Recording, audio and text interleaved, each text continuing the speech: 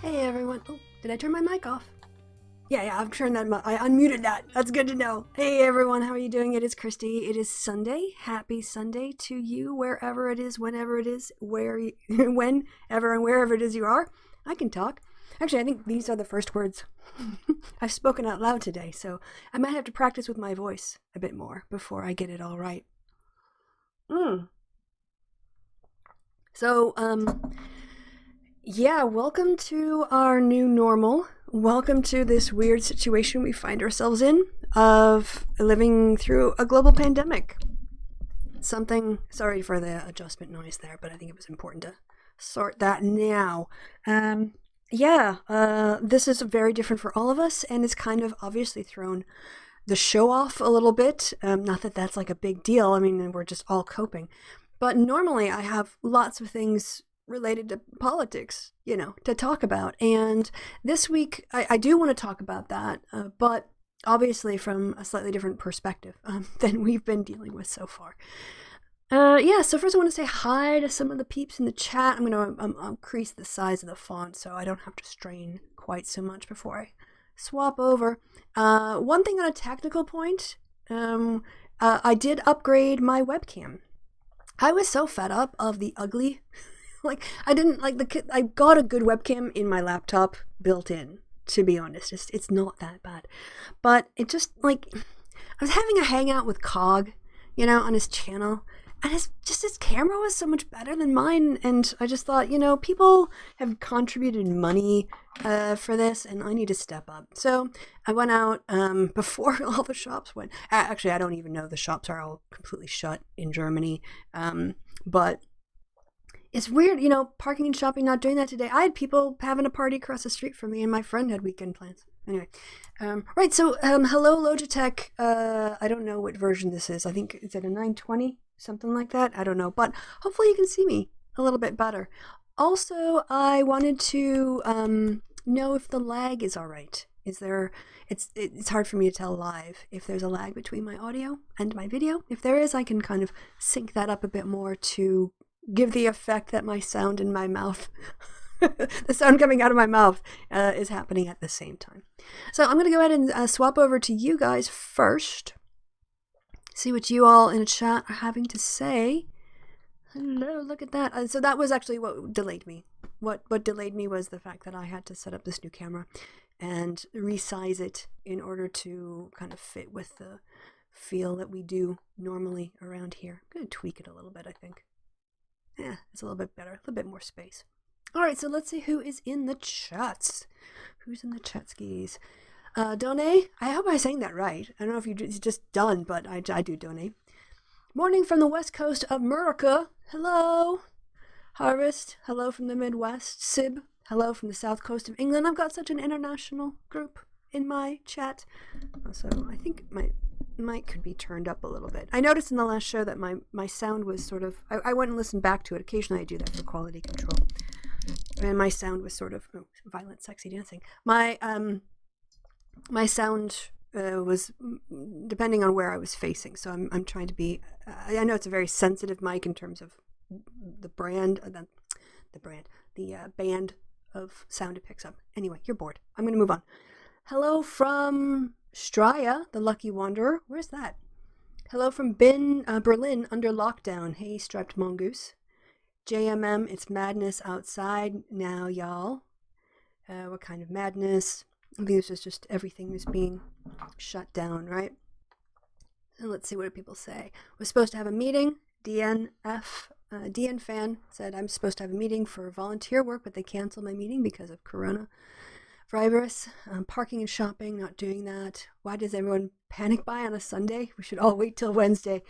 Yeah, the shops are closed in Germany on a Sunday, so no panic buying, unless you're at the kiosk panic buying cigarettes and beer, maybe.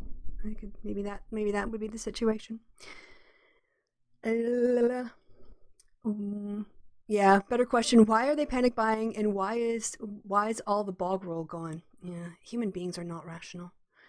Should order online for that. Yeah, except, I was realizing to the extent I was like, oh, I can just order food in. I can just order in Amazon. Yeah, except the workers are not there, so, you can't always do that. By the way, I touch my face all the time. I know I did that before, because oftentimes in the morning, I don't know, my eyes water as I'm getting ready. Maybe it's makeup that I'm putting on or something. But, yeah, totally going to touch my face all throughout the show. But I washed my hands thoroughly and for 20 seconds before I did. Right. Had to work yesterday even though we were closed. Seems okay to me. Yeah, both getting paid and not interacting with people. I guess the question is, do you need public transportation to get to work? Seems okay to me. Yes, thank you. Okay, I guess the seems okay to you is the lag question. I'm not lagging. Ill in a non-COVID way. I'm so uncool. Yeah, I actually had some kind of chesty thing. Although my friend, I've got a really great mate. I've got a lot of good friends in Cologne. and he came by and he dropped me off a thermometer. And I really appreciated it. But the thing is, I'm pretty sure the thermometer keeps telling me my body temperature is lower than normal. Like, it was giving me a reading of like 36. What is it supposed to be in Celsius? I don't know. I know it's 98.6 in America, but what's it supposed to be in Celsius to have a fever? Because I wasn't even hitting 37 degrees. So, let's see. Southeast England. That's where it is. Got it. Australia, Christy. Straya is just how. Right. Straya. Right. If you would have done a hyphen, I think I would have twigged. But when I saw Straya, for some reason, my mind went, is that like Strathclyde? Because, I've only had one coffee. Panic buying happens on Saturday here. Is that because most people have a 9-to-5 job during the week, and so they can only panic buy on the weekends? I shaved my beard so I could wear a mask. Now it itches. Ooh. I don't know what that's like, but I know what bikini burn is like, because I bikini area shaving. And if it's like bikini burn, like shaving burn on your face, ew. But if you touched a bunch of stuff around your desk, hey, I'm just gonna give up and touch my face. Yeah, I'm pretty much trying to. 37 is normal. Okay. 37 core body temperature, 37.6. No, I was hitting like 36.1 and 36.8. I wasn't hitting 37. So 37 is normal. I was hitting under. Maybe I'll take my No, I can't. I had coffee, so it would tamper with the results. I'm sure I am fine. Actually, I stayed home from work because I had a dry cough, and my chest felt a bit achy, and I was also just kind of out of it and sluggish. And I thought, I have my assistant is pregnant. I'm like, I'm not going to get near her, especially now if I'm actually symptomatic. And then my friend bought me flu medicines, ibuprofen, and a thermometer, which I hadn't had a need of until now, living in Germany. And I was turned out, well, either that or I am infected but asymptomatic, in which case I shouldn't go into the office anyway. But yeah, let's talk a little bit, I guess, about this situation, because it's what's on everyone's mind. I do want to get into the politics of it, but a couple things. I know someone said Berlin you were coming from lockdown. I don't know if that's self-imposed lockdown. You has 42. No, you can't have 42 for a temperature. You need to be in the hospital then. I think 42 degrees would be so, unless you're talking about how old you are. 36, 37 is good. 38, beware. 39, a fever. 40. You weren't eating, right? No, I don't generally eat. You wouldn't tell. Like, I've actually been losing quite a lot of weight. But I also don't move around a lot. I think they're linked. My German isn't proficient, so it's a little bit difficult. I know getting information here, my kindergartens and other daycare centers were closed. One of my colleagues is now off. They're closing for a month. And, the stuff we do at my job is, it's a self-imposed Berlin situation. Everything is closing. Closed include pubs, gyms, schools, and most public transport. Wow. As of yesterday, the buses were still running in Cologne. I don't know. I mean, I wasn't outside today, so I don't know. And yeah, I mean, you can tell me what you guys think. My job is entirely doable from my house. Currently, I am doing videos on the controlled vocabulary service, which, for people who are into it, it's really super exciting. I'm also doing a video on the metadata project, and I'm doing my coursework for copyright and Creative Commons licenses, which are also ending up to be videos, which I put on my channel so you can kind of see the work I'm doing. I can do all of that from my house. I don't actually need to go in. And I actually participate in the local economy around my office. I get coffee occasionally, and I very rarely bring in lunch. I'm actually really bad about buying lunch. I buy lunch a lot. But, then I come home and eat. It's kind of like my one treat. And part of me is like, I know that this is going to have a massive economic impact. So my participation in the economy in some sort of normal way could alleviate things. Otherwise, and on the other hand, every time I get on a public bus or a train or walk through the Hauptbahnhof, the main station, and someone coughs, I have a chance of bringing it in the office. And I'm not worried so much about in the office. We have hand sanitizers everywhere. Like now they had them before, actually. I don't remember what was happening, but we had a whole installation of liquid hand sanitizer. And you go and you swipe in on the beep thing, and there's a dispenser right there. You can wash your hands before you come in, and in the bathrooms as well. The thing is, I just, so we're not really getting super clear. I has a warm armpit. I'm kind of like, well, on the one hand, I feel I should be participating in the economy, but even with wireless, I don't have to worry about currency. I've got my mobile phone.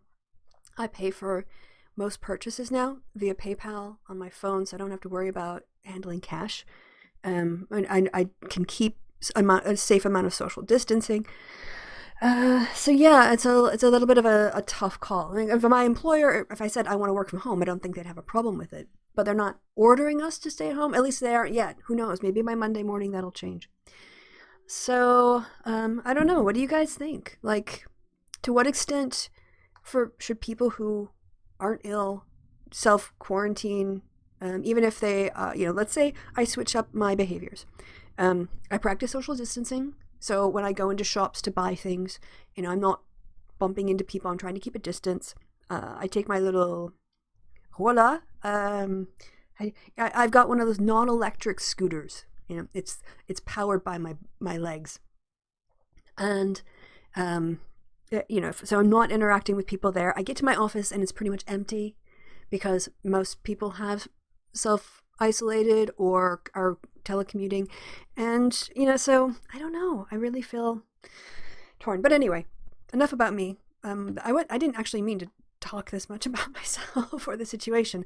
But yesterday I did go out to the shops and I'd purchased in the weeks before. Weirdly enough, and I'm going to give him credit for this, V was in my DMs 6 weeks ago saying, you need to stock up on hand sanitizers, you need to stock up on cold medicine, you need to stock up on some long-term food because this China thing is coming for you and it ain't going to stop, and we're all going to see a global pandemic. And I was like, come on, V. Because, V talks crap all the time. Seriously, guys got not the best instincts when it comes to making decisions. Making conclusions, I should say. But this is, in his fairness, to his field, whereas politics is not, and it's probably why he has such bad takes on politics. But he was completely right about this. I think I told you, this is a really, really, really cool article. Sorry, I'm going to go all kind of nerdy here. But we're going to look at this visualization of data because it is super, super good. Yeah, and so yesterday I went to the... Is this the one with the interaction? No, I have to go back. I went to the grocery store. I had already stocked up on some like dry soup packets, pasta sauce. Yeah, broken clock is right twice a day. Yeah. I'll and V, like I said, he was looking at stuff that was coming out of China. V was actually a better predictor of what happened in the West than Donald Trump. So let that sit with you for a moment. To his credit, V saw this coming weeks ago and was warning people in his social circles in the West to be prepared. So V would have been a better executive in this situation than Donald Trump. Gyms full of hot bodies spreading that sweaty virus. I don't know if it spreads through sweat so much. I think the viral shedding, is that what they call it, is mostly from mucus secretions. But yeah, obviously if you're, I don't know if it's a sweat so much as maybe like and then saliva and stuff, you pant onto the machines, and even if you wipe it down you might miss a spot or you might not kill it off because unless they're using a bleach based thing that's to the level needed to kill off corona. But I don't go to the gym. I don't pay people, so I can feel more guilty about the little amount of exercise I do. So my exercise is mostly walking or when scooting into the office, because it's like a 30-minute ride. Yeah, we always keep plenty of rice, pasta, tinned foods in. Yeah, last year we decided to make sure we had a tub of powdered milk just in case. That's interesting because this is what I purchased at the store. Because I'm a single person and I don't eat that much anyway. So currently, between the packets I had before, because I probably keep on hand generally 6 soup packets around and some Tabasco sauce because I personally like a little heat. And I got some Zupagruna as well, which is vegetables that you can cut up and dump into a soup very easily. So I had already had some soup packets. I topped up my soup packets. I already had actually a bunch of noodles of various densities, like soup noodles that I could throw in. And what I probably should get when back to the shops is some vegetable stock, so I can just flavor some water and throw in some carbohydrates if I need to. And then I have a thing of rice, and I have some microwavable rice as well. Some Uncle Ben's Mexican and Indian flavored rice packets, because I'm lazy. Who has time to make rice? Like, for me, the convenience of whatever it was, $1.75 or something, get the right amount, I eat it all, I waste nothing. That's perfect for me. So yes, pasta, and I have like 6 or 8 jars of pasta sauce, as well as some tinned tomatoes and things. So yeah, it's like I feel like and the tub of powdered milk. So the other thing I bought, so that was, I kind of got like the foodstuffs in. And yesterday, just to make myself feel a little less anxious about it all, I bought some tinned vegetables, carrots and peas in tins, like 1-person servings. So I could, for instance, make a lot of rice, put in some veg, add some flavoring, some vegetable stock, and just, have, something that wasn't just rice. And the other thing I got was another bag of coffee beans. So I have 2 bags to 1 pound kilo bags of coffee raw beans from my maker, and I have 2 tubs of powdered creamer and powdered chocolate milk. So I am set with sufficient carbohydrates, but I don't know that the food supply is really gonna, if this continues on, that's gonna be an ongoing thing about people, in the fields who do the work, picking food and washing their hands and, not transmitting it in that way. But yeah, it's a weird, nobody alive has done this before. It's not like we haven't lived through this as a people, like human beings have had pandemics in the past. But I think we're all a little bit in the state of like, we have no structural game plan for this. We're all making this up as we go, completely making it up as we go. And,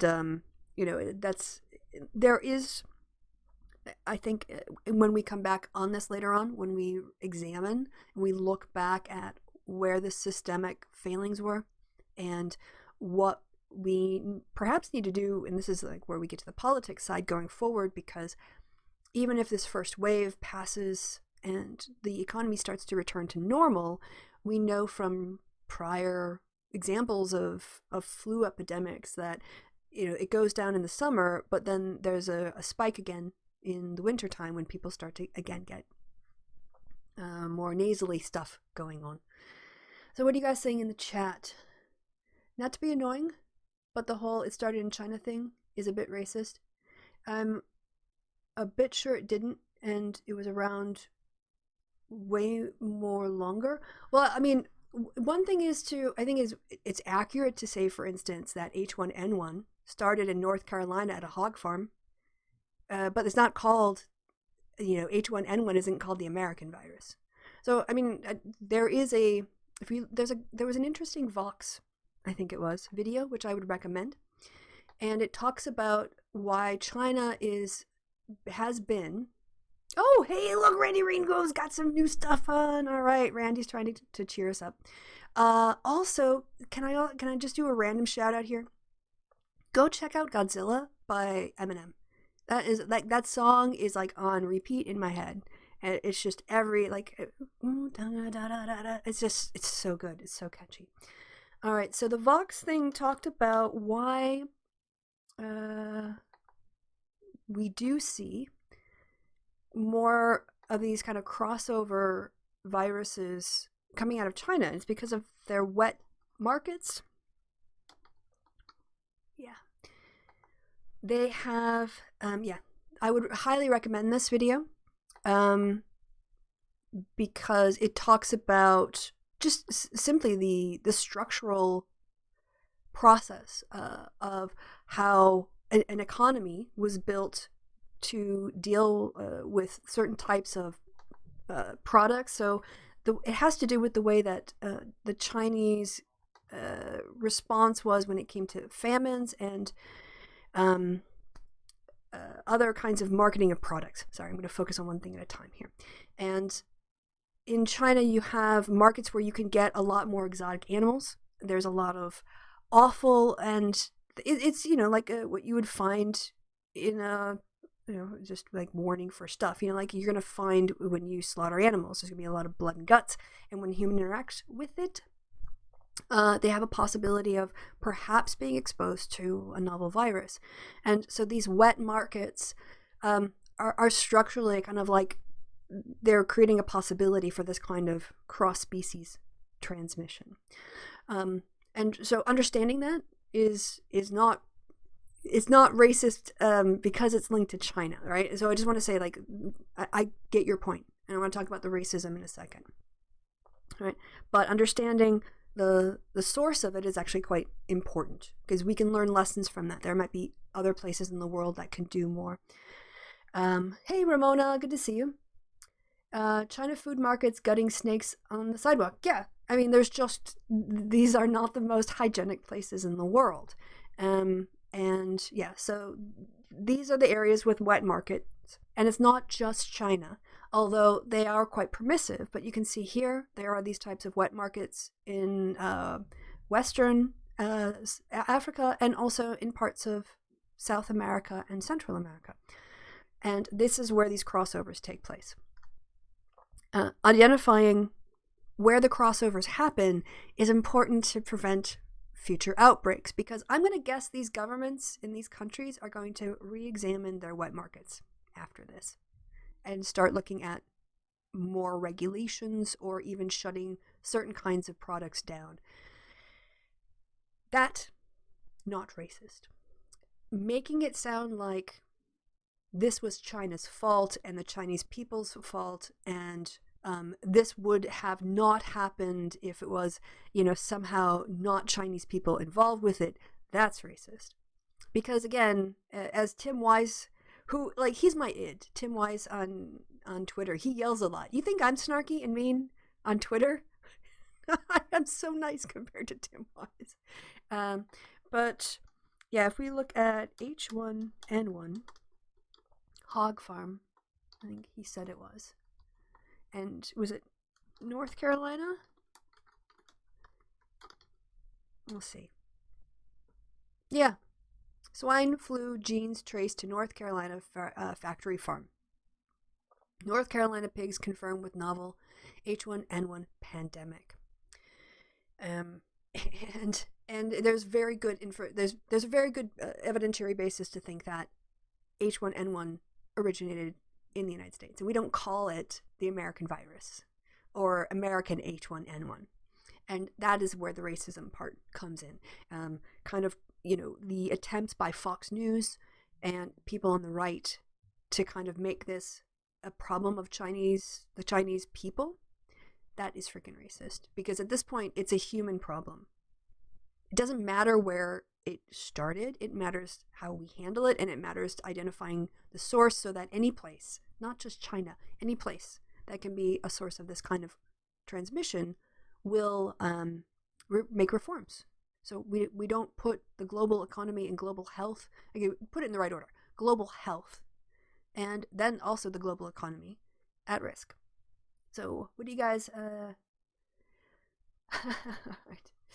Let me go back to the WAPO here. Oh, we're going to look at that interactive data, but I really, I don't have, normally I talk about politics, so it's kind of hard for me to do that, so we're really just going to have a chat-y kind of show here. By the way, do you guys like the new camera? I spent money on this, so I want to know, can you, let's see. I want some validation here, a little bit, so let me just do, here's the new camera. All right, I can actually, I took off the old camera, but I can show you what it looked like. I'm just going to do this as a we're going to go back to H1N1, not H1N1. We're going to go back to discussing serious stuff in a second. But yeah. Ooh. Okay. So here are both of them at the same time. Bottom one is the bottom one, top one is the top. So hopefully you can see a little bit better. I hope you can. Otherwise, I just wasted my money, which wouldn't surprise me. I can't seem to get a good, what do you call it? I can't get a good thing on my camera. But anyway, all right, so enough with that nonsense. Let's get back. I'm sure some doomsday preppers are feeling pretty vindicated right now. Yeah, although, to be honest, I mean, it's anyone who says, oh, there's going to be a terrible earthquake. Eventually, you're going to be right. It's not because you had any insight. It's simply probability. Like, if you say, oh, one day we're going to have a tornado in this town. If you wait 1,000 years, yeah. So, but yeah, I hope the preppers are at least, eating up the stuff that is about to expire before and not stocking up and leaving things on the shelf for other people. I work in a Mexican restaurant in the southern U.S., and the only people coming out to eat are older folks. It's weird. Sorry for clearing my throat at you guys. There is a current bias against believing that coronavirus is serious based on your partisanship. Coronavagili, I don't know what that is. Coronavirus. And let's look at coronavirus and partisanship, because this is a problem. Ship. I narrow down the search better. When the President of the United States is more interested in controlling the numbers and keeping them down artificially, I can't read the yes, this one, corona tests. I can't read the New York Times. Well, I can read the New York Times, but they just cap me, so I always try to find someone else. And I don't really like the Hill. I'm like, meh. But no. I don't want to look at partisan fighting in Congress. I want to know partisanship and hand washing. There is a statistically significant difference between what Democrats and Republicans. Yes, this is the one I think I wanted. Close enough. I don't know what the Washingtonian is. Hopefully it's not a crap, like, right-wing thing. But, yeah. So older people coming out to eat might be a function of the fact that they're not taking it as seriously because they get their information from Fox News. Across a variety of measures, data finds that Republicans are taking fewer steps to prevent the spread of the disease. Fewer Republicans than Democrats said they had worked from home 3% compared to 6%. This was from like a week ago. That they were altering their travel plans 3% compared to 8%. And that they had purchased preventative materials for the virus 6% compared to 11%. The starkest contrast, however, shows up in the subject of personal hygiene. By a margin of 10%, Republicans are less likely to say they are washing my hands or using disinfectant more frequently. 38% of Republicans said yes compared to 48% of Democrats. Republicans were also less likely to avoid physical contact that might transmit the virus, such as handshakings, 14% of Republicans compared to 21% of Democrats. All told, a 14% margin separates Republicans and Democrats when it comes to altering their daily routine. 46% of Republicans, dwarfed by 60% of Democrats. The reason isn't complicated. Democrats and Republicans in the polls differ on how seriously the coronavirus outbreak poses in daily life. Now, this is a week ago, right? So let's keep that in mind.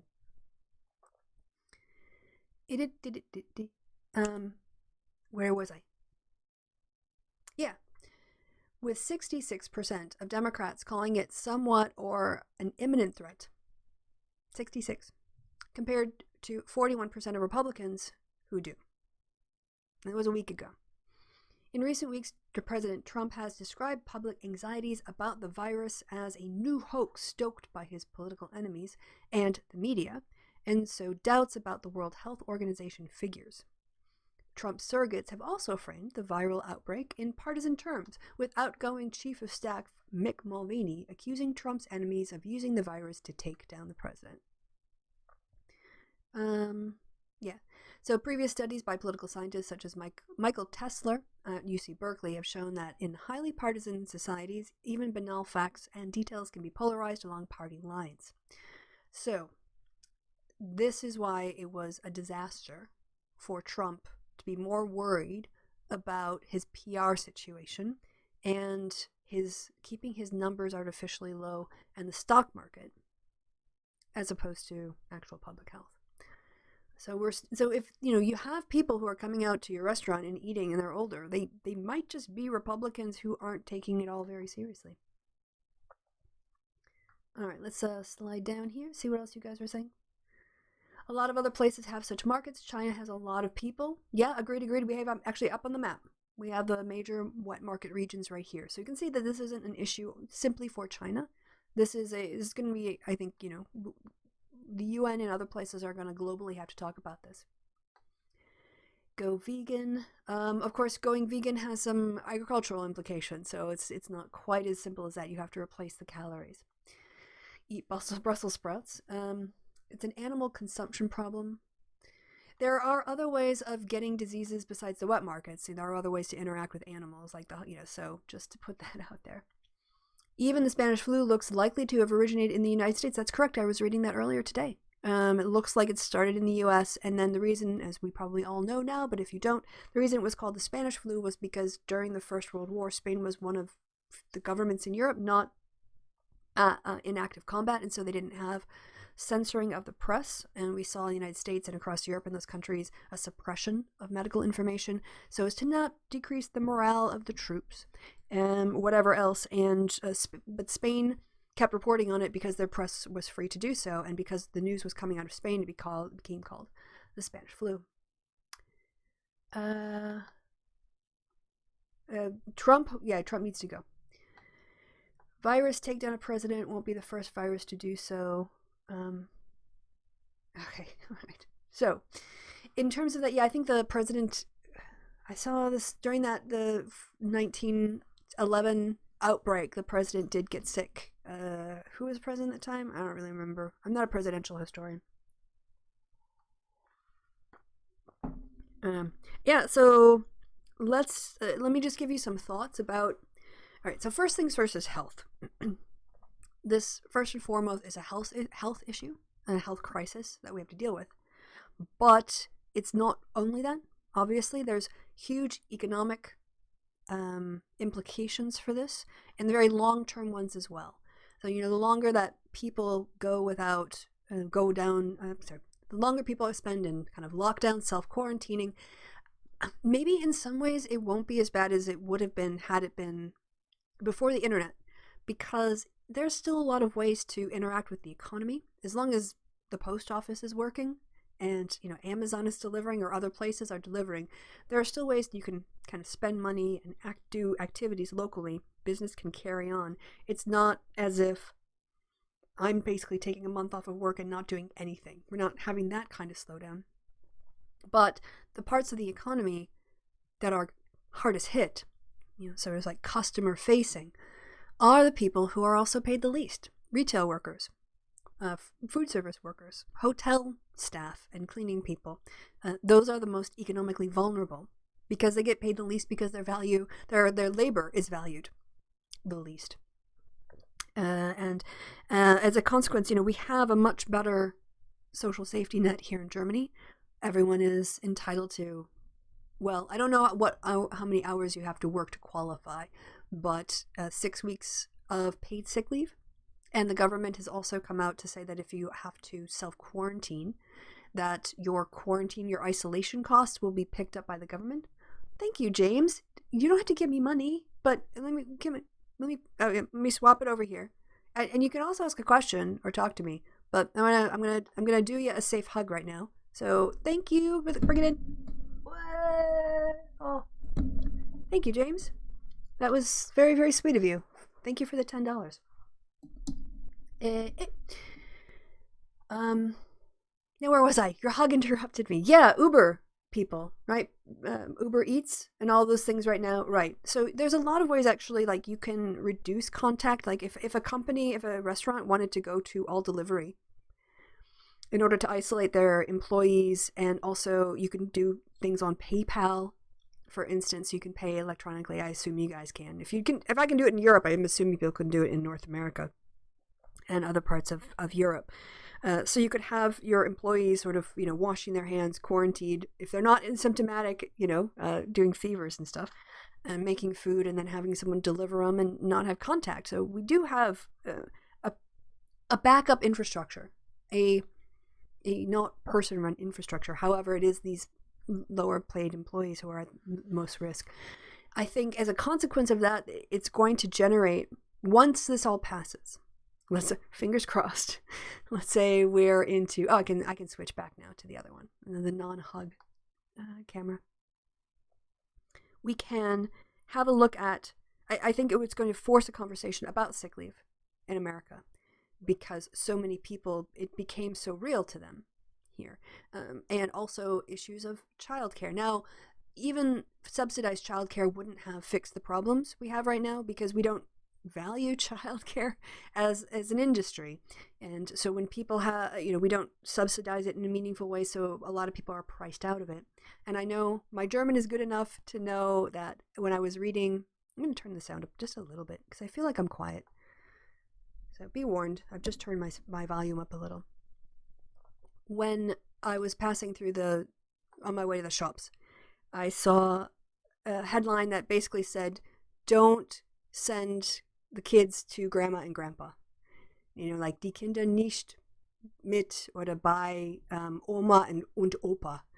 Your normal structure, the normal structures we have of extended family care, where, okay, school is shut down, grandma and grandpa, can you watch the kids while I work? Doesn't work in this situation, because the most vulnerable population is same here in the Shire. Okay, good to know. They are the most vulnerable population, Oma and Opa here, grandma and grandpa. And you can't just turn to them and make them their free labor the solution. So this is really forcing, I think, a good conversation about these questions of how do we support workers in getting an appropriate work-life balance, and how do we become more prepared for the future. So be wary of food hygiene ratings on takeaways. Okay, good to know. Maybe reheat your food when you get it. The library and one restaurant are during this curbside thing in Oregon. Oh, right, curbside. Yeah, like the drive-up tests, right? Is that also the curbside thing in the Shire?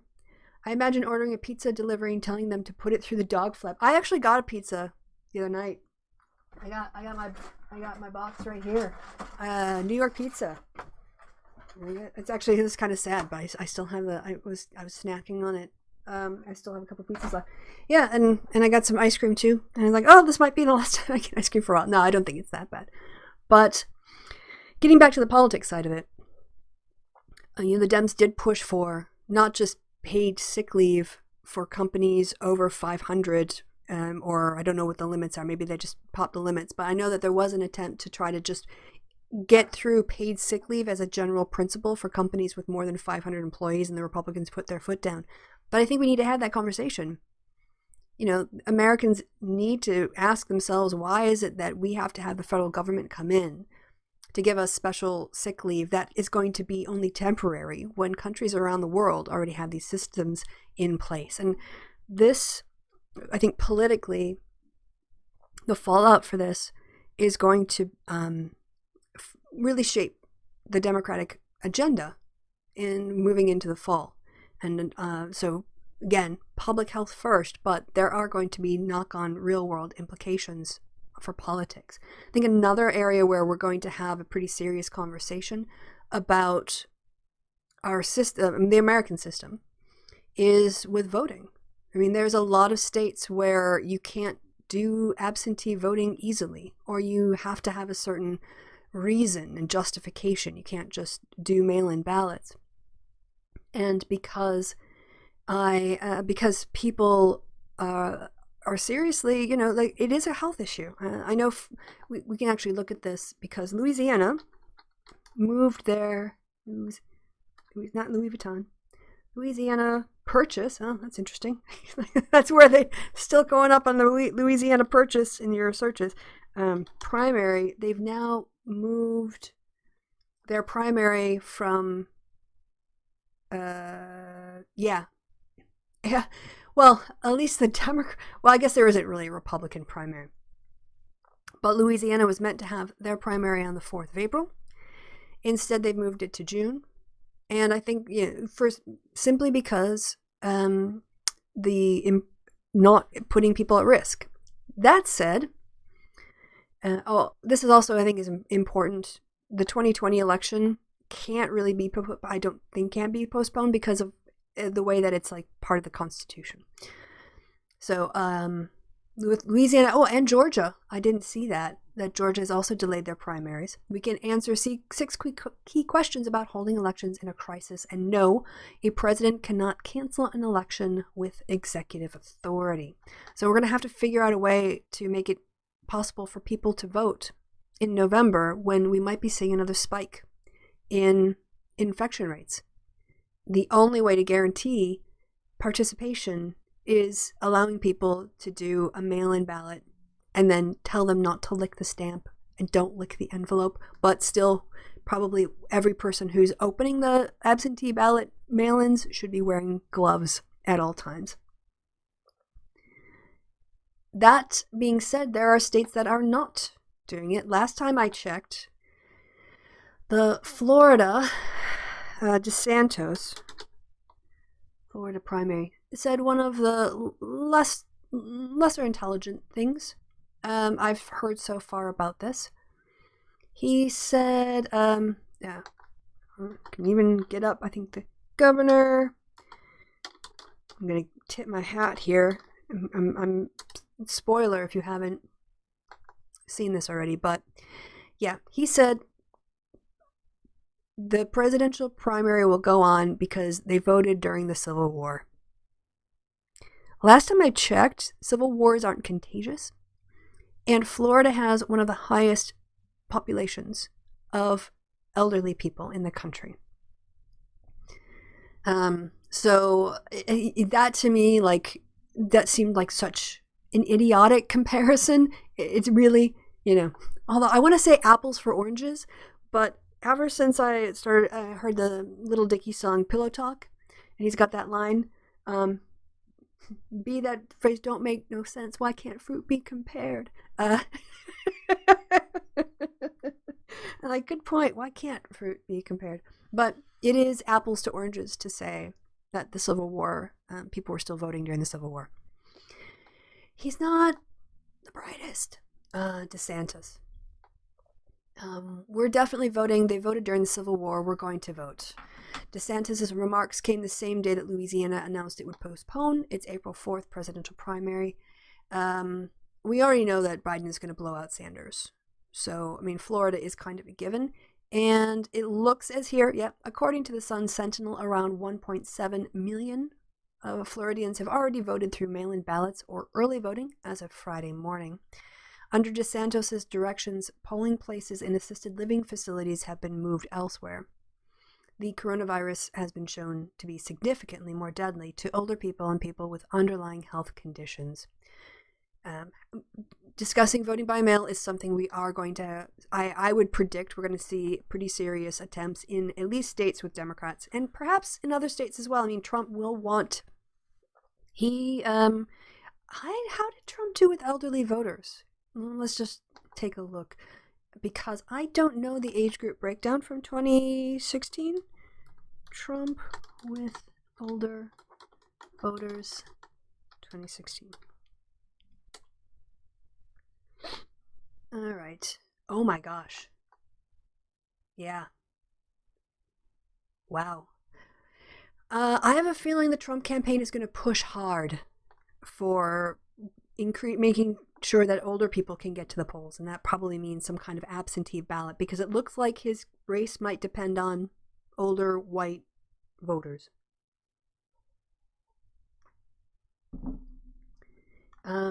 God's Florida governor reminds me of the worst Bernie bros cheering that the elderly were most vulnerable.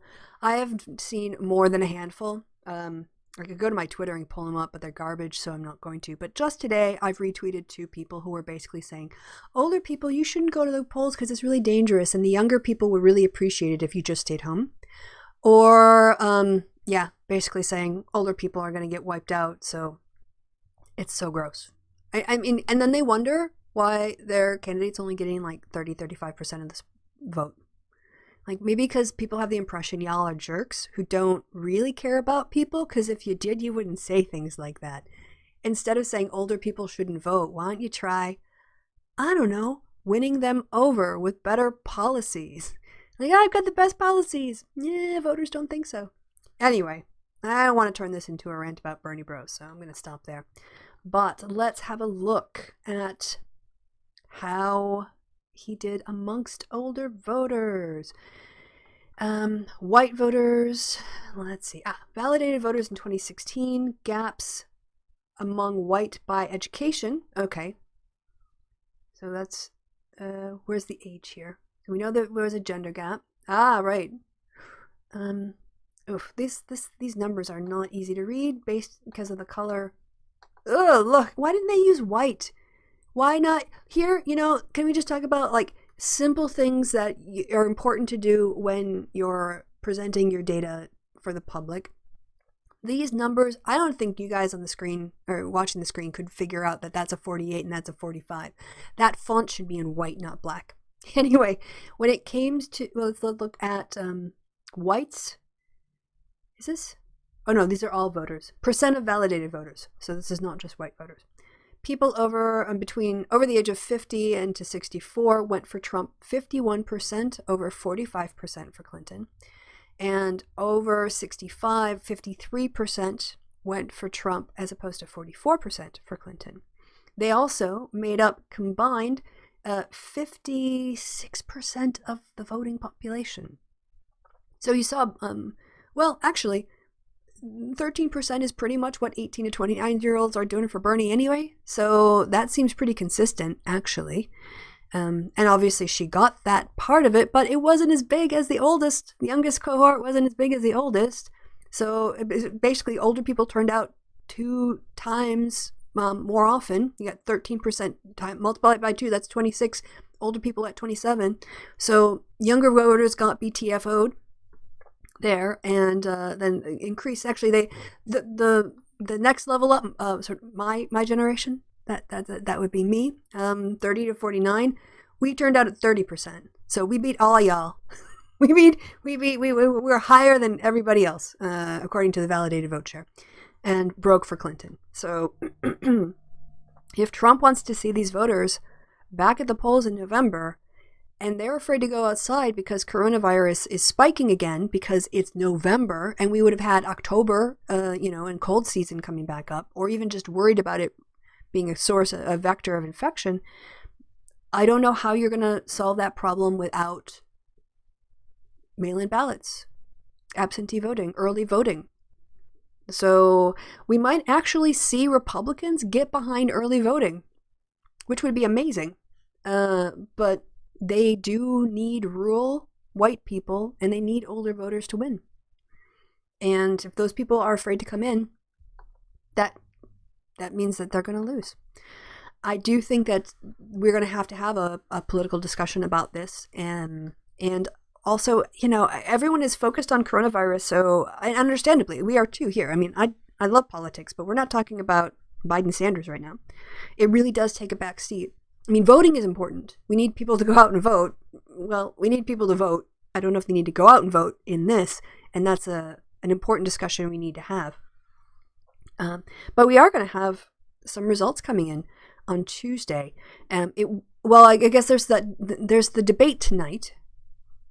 The debate it is a debate. There's two guys sat down at a table. I just don't know that the country is really going to be focused on this right now. In all honesty, you take away the coronavirus media consumption, like how much space that's taking up in the media, then yeah, maybe this would be a really hot ticket and it would lead all the Monday morning news shows. But I'm going to be honest, I'm more interested in watching coverage of the coronavirus spread and what the government is doing and whether or not we're getting a handle on it than listening to Biden and Sanders. The voters have pretty much spoken already by 2 out of 3 are going for Biden.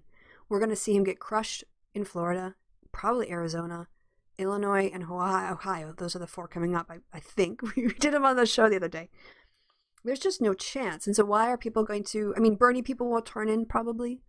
Hardcore Biden people, if those people exist, will probably tune in. But neither of those groups are going to have their minds changed. And honestly, I think Biden has taken up the mantle of not only presumptive nominee, but he went out there with his press conference demonstrating the kind of competence that we're not seeing in the White House. And Bernie's problem is this in this situation. It's difficult to argue a change agenda in the middle of a crisis because people want stability. People want a return to normalcy. And I know, according to June, that return to normalcy is MAGA for liberals. But this is also why June is on the losing side, right? This is why June made a video crying, like, why are people voting for Biden? Well, because you live in a bubble of edgelords who are a median age of maybe 21, and they're just not connected at all to what average people are living with or voting on.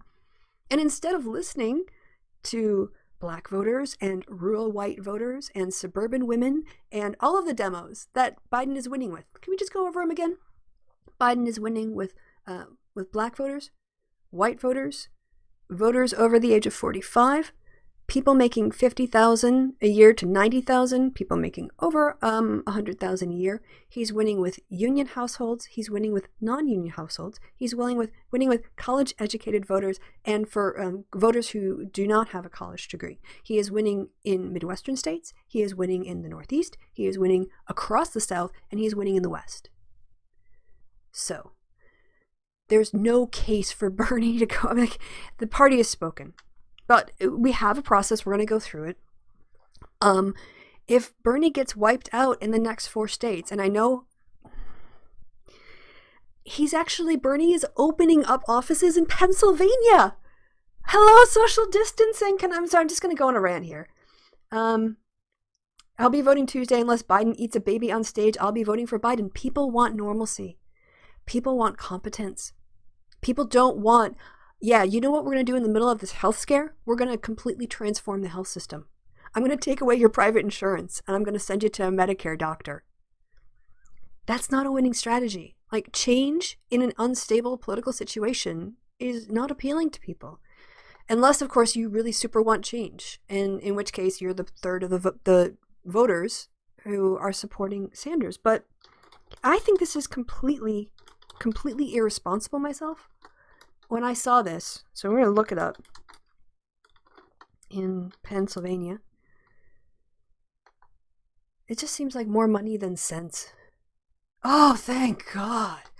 I'm so glad we checked up on this, because I could not understand this calculus by the Sanders campaign. And then I'm going to take a break because, guys, I'm running out of coffee. And it's getting cold, so I need more and hot coffee. But we'll look at this and then we'll go. If Bernie is canceling this plan to open offices, I am happy. It's the right call. So let's see what the article says from the Philly Inquirer. All right. Bernie Sanders' presidential campaign on Friday announced the opening of 5 new field offices in Pennsylvania, including one in West Philadelphia. But the campaign quickly warned they may not stay open for long, given a shift to a more digitally organized, organization. No, what does it say? Given a shift to more digital organizing, prompted by the coronavirus pandemic. The campaign also announced it would dedicate 20 staffers to the state, who will remain even if the offices are short-lived, to coordinate digital and virtual campaign efforts. He announced he was opening 5 field offices. And my reaction was social distancing. Social distance. Why? Why would you open field offices? What, do you want to bring people in, have them shake hands, cough all over the office, and then spread that around your campaign? What are you thinking? What are you thinking? This is more money than sense at that point. Why would you open field offices? I don't understand it. All right. Oh, I accidentally hit a link. Oh, that's interesting. Maybe we'll look at that afterwards, because Pennsylvania is going to be an important state. So we'll see how the local media is covering it. The investment follows a string of primary losses for Sanders, whose pathway to the Democratic nomination has significantly narrowed. A little bit. This is the other thing I was slamming June on. If you guys follow my Twitter. And honestly, she came at me about the whole Bernie Sanders thing first. I wasn't paying too much attention. And then she came at me. Well, first she came at me about Kamala, like way back. And then she came at me with the wine ant video. So yeah, she's got my attention now, and I'm going to see this through until Bernie drops out. And then I'm going to send her a little message with a glass of wine. Because she was totally a jerk to me about Kamala dropping out. The Pennsylvania primary is April 28th. Sanders' campaign announced it would open an office on South 52nd Street. The campaign also announced it would open offices in Pittsburgh, Harrisburg, Scranton, and Allentown. But none of the offices will hold previously scheduled events to mark their openings out of concern about the coronavirus. And the campaign has said the use of the physical offices in the coming weeks is in flux, given all the staff has been told to work from home. God! And you guys want to give this guy in charge, put this is who you want to put in charge of reforming the national health system entirely, of ending all private insurance and forcing all people to go onto a government plan. When they can't figure out they shouldn't be spending money on field offices during a pandemic.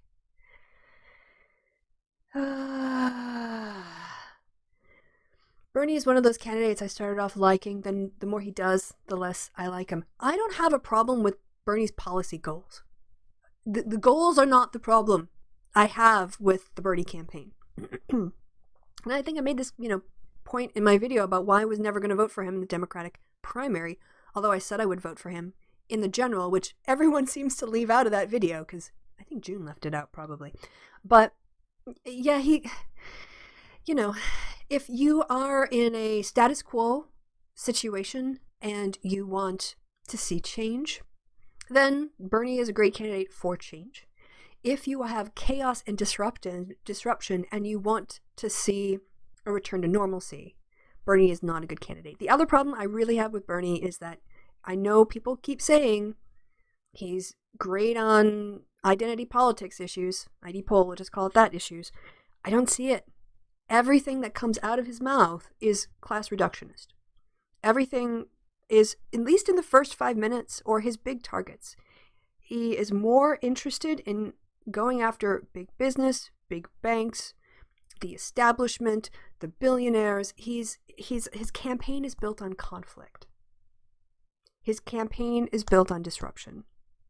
And voters currently have a massive disruptor in the White House, and they have someone in the White House who thrives on conflict. Now, Bernie Sanders and Donald Trump aren't comparable in terms of the type of conflict and disruption that they're offering or doing, but it's not easy for Bernie to contrast himself with a sort of status quo, back to normalcy, let's go back to stability argument.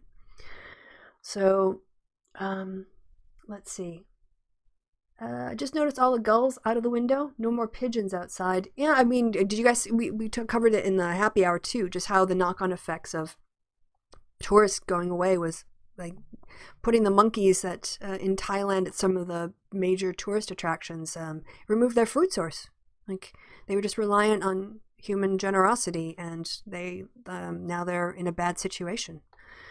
So let's see what they're looking at in terms of, this was updated on the 13th of March. I'm trying to keep up on this stuff with the primary because personally, other than staying alive and making sure people are healthy, and we haven't even talked about the Trump response to coronavirus yet because that is a whole nightmare that I could rant about forever. But obviously trying to keep an eye on things and worrying about people being safe and hospitals not being overwhelmed and people not dying is primary. That's first. But then what happens after this wave? What happens? What do we do going forward? We've got it. What we learned from coronavirus is we didn't think about that. Well, people who were paid to think about this stuff weren't thinking about it until it was too late. And if we don't learn that lesson and start building in coronavirus buffers for social interactions and daily life for the next wave, which statistically is very likely to be coming in the fall, then that will be on us this time. So the primary election is 7 weeks away. Coronavirus pandemic is uncomfortably closer than that. State Representative Boyle, Northeast Philadelphia Democrat, wants to require the state to mail a ballot to every eligible voter. What was I get? See, this is the conversation I knew this was going to I didn't read this beforehand. I didn't. But it just makes sense. It's not like I'm a great political analyst. I'm just being common sense sensible. If I was a politician in this situation, and I wanted to guarantee a valid election, right? So mail a ballot to every eligible voter, moving the primary and the generals out of polling places as much as possible. His proposed legislation would set aside $40 million for ballots to be sent in postage, prepaid, pre-addressed return envelopes. That's it. That's literally all. Yeah, that's what people need. Voters will still have the option to cast a ballot at the polling place. So you have your ballot, you can turn it in on the day, or you can post it. But I think this is unfortunately a once-in-a-lifetime crisis that we're facing, Boyle said. If that were to unfold, you're talking about a situation where I think it would be unrealistic to have in-person voting on the 28th of April. I don't know how governments can't respond to this. Boyle says he had heard support for the idea from his Democratic colleagues, but not from Republicans who control the State House.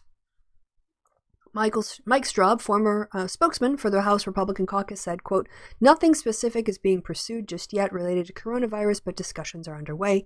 He added that, quote, "Pursuing any particular election proposal at this time would be premature. No, it would be sensible. It would be proactive. It would be competent to have a backup system for for the primary. They've got 7 weeks. They could actually pass this and test it out and look at how it went in the primary and then learn from the primary about mail-in ballots for the general. So we are going to watch this. This is going to be a competency test for a lot of people. And I don't think Republicans are going to do well because, they live in that Fox bubble. They have very little incentive to help people vote, but voters will judge them on nonpartisan issues. I mean, for people who are diehard core Democrats or Republicans, it takes a lot psychologically to vote for somebody of another party. But we've seen with the Never Trump movement, we've seen, a lot of independents who are put off by Trump going in that direction. And those are the kinds of voters, the people you need to sway and demonstrate your competence to. Those are the ones that are likely to hold Republicans more to account. If they have to risk their own health, if independent voters have to risk their own health to go and vote, and their representative could have done something to make sure that they could vote, they might go and vote out of spite, or they might find a way around it, but there might be a lot of pushback on this. Just noticed, I love the prepaid envelopes. Went to the council and got 15 of them for free. All right. So this is, a situation politically we need to, aside from just like the whole healthcare conversation, the structures of our elections will be affected. And we'll have to see what happens after Tuesday. If Biden gets blown out again, if Biden blows out Sanders again, which it looks like he is going to, I would have been if we took out coronavirus, I would have been more, shall we say, focused on Bernie dropping out earlier on. I think at this point, it kind of doesn't so much matter whether or not Bernie drops out, because the conversation's moved on. Like, if he wants to, maybe he's just burning through. He raised millions of dollars and didn't register new voters to turn out for him, but he is hiring staff. So if he wants to do some economic stimulus and take all of the $27 he raised from various people and, hire 6 staff people and pay some rent in Scranton, spend down his big balance, I guess I'm not, whatever. But it's so obvious to me now that Biden is going to be the nominee that I'm not that, and our priorities are just in another place. So if, Sanders wants to wait until things pass and drop, I don't really care. Biden is going to continue to win because he's offering stability, and voters are going to find that really comforting in these kinds of chaotic times. Local elections have been postponed, yes, despite the systems for a postal vote. Yeah, Sibwolf, I did see that. That's some weird crap going on in the UK. The Tories are super, super incompetent from what I can see. I would really like Biden to get the nomination on the first ballot. Oh, Biden's going to get the majority of the delegates.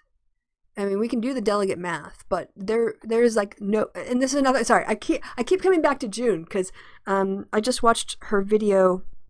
The person who is supposedly left, Shoe on Head, who's supposed to be a better progressive than I am, has not done a video criticizing Trump on the coronavirus. You know what she did do a video on? Well, first she did a video crying that Biden was winning, not understanding why voters are choosing Biden. But then she did another video alleging that Andrew Yang backed Biden because of a conspiracy. And that it was not black voters and white voters and college-educated voters and voters without a college degree, but maybe some other, technical degree or something else. People in the North, the South, the Midwest, the East, the Northwest, North. It was the media and the DNC, apparently, that just jacked up turnout wherever Biden is winning. It must have been the DNC that prevented Bernie from getting viability in Mississippi, because he got 14.8% of the vote in Mississippi in a Democratic primary. What was I going to look at? I've already forgotten now. Yeah. She was saying about, we're going to look at the delegate map. She's saying that Bernie is in the same place that Obama was in 2008. I'm like, woman, can you count? Do you do numbers? Do you know what the... So let's look at the Dem delegate delegate numbers. Can we do this after coffee? All right, I'm going to do this. I'm just going to put on, I'm going to nip off. I'm going to get some coffee. I'm going to come back. And I will put on the screen. We'll look at these delegate numbers here shortly. And but I'm going to do that after coffee. I can't do maths in public generally. I hate doing calculations in public. But even more so without coffee. So how are we for time? Yeah, I've gone an hour and a half anyway, so that makes sense. All right, give me 2. We'll come back. I'm gonna enjoy some amazing blues music in my absence. So let's hear a bit of that. Yeah. I don't have my headphones in, so I can't. All right, see you in a bit.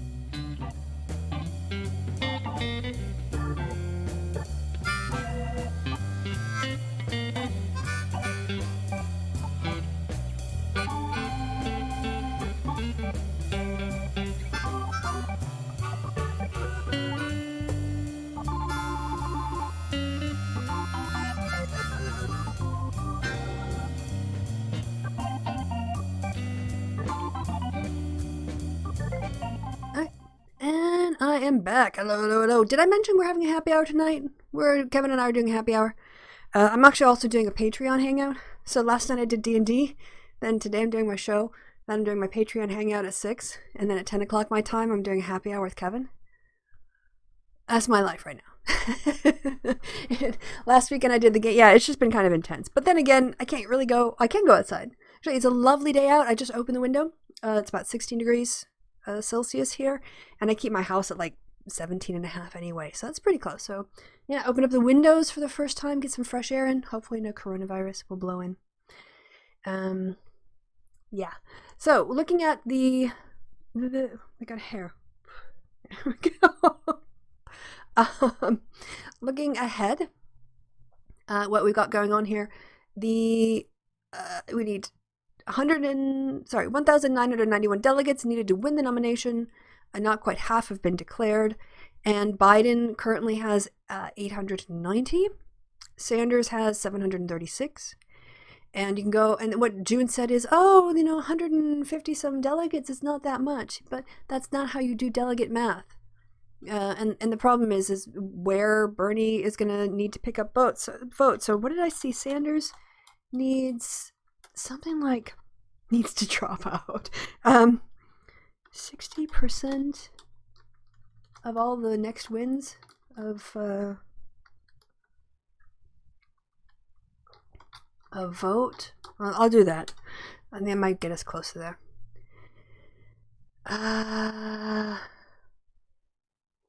Yes. Right. 4 days ago, Vox. I love Vox. I actually think they do some really good work. Right. So this was from 4 days ago, and when was the mini Super Tuesday? Oh, it must have been right after. Because I think a round of defeats for Bernie Sanders in Tuesday's primary contest has put the Vermont senator in a deeper delegate hole, and his scenario for a comeback against Joe Biden is growing more implausible. Biden didn't just win most states, he won several landslides. Biden has expanded his lead to Sanders from 97 delegates to 162. Though the delegates allocated so far are far from final, the former vice president will get plus 29 in Mississippi, plus 20 in Chicago, plus 17 in Missouri, and a net advantage. So though Biden won 10 out of the 14 states, the delegate lead he emerged with wasn't insurmountable, about 62% of the pledged delegates remaining to be allocated, so it would be possible for Sanders to make a comeback if he started winning. But Sanders would have to do it fast. Though voting in Democratic primaries continues through June, the calendar is front-loaded with contests piled on both Super Tuesday and the 2 weeks after. This Tuesday's primary, just 53% of the delegates remain. After next Tuesday, March 17th, that's this week, just 38.5% of the delegates to be allotted will remain. This is where the math gets hard. Now, Democrats' proportional delegate allocation rules will make it difficult for Biden to actually clinch the nomination. However, those same rules make it difficult for a candidate who falls significantly behind in delegates to catch up. Narrow wins won't cut it, since they amount to basically a draw in the delegate count. Landslide victories are what really matter. Overall, you can think of the maths, as they say in England, or in the UK, I should say, in this way. Before Tuesday, the 11th, Sanders needed to win about 54% of all the delegates remaining to pass Biden in the pledged delegate tally. On Tuesday, however, Sanders only won about 40% of the delegates. This performance means the bar has been raised for Sanders going forward. He'd now need more than 57% of remaining delegates to end up with more than Biden. In theory, it's quite possible for one candidate to win 50% of the delegates in a two-way race, but that candidate would have to start winning solid or landslide victories in most states. The problem for Sanders is that he has instead been losing in most states, and that he is rapidly running out of time to turn this around. So March 17th could be the knockout blow. All right, let's continue on.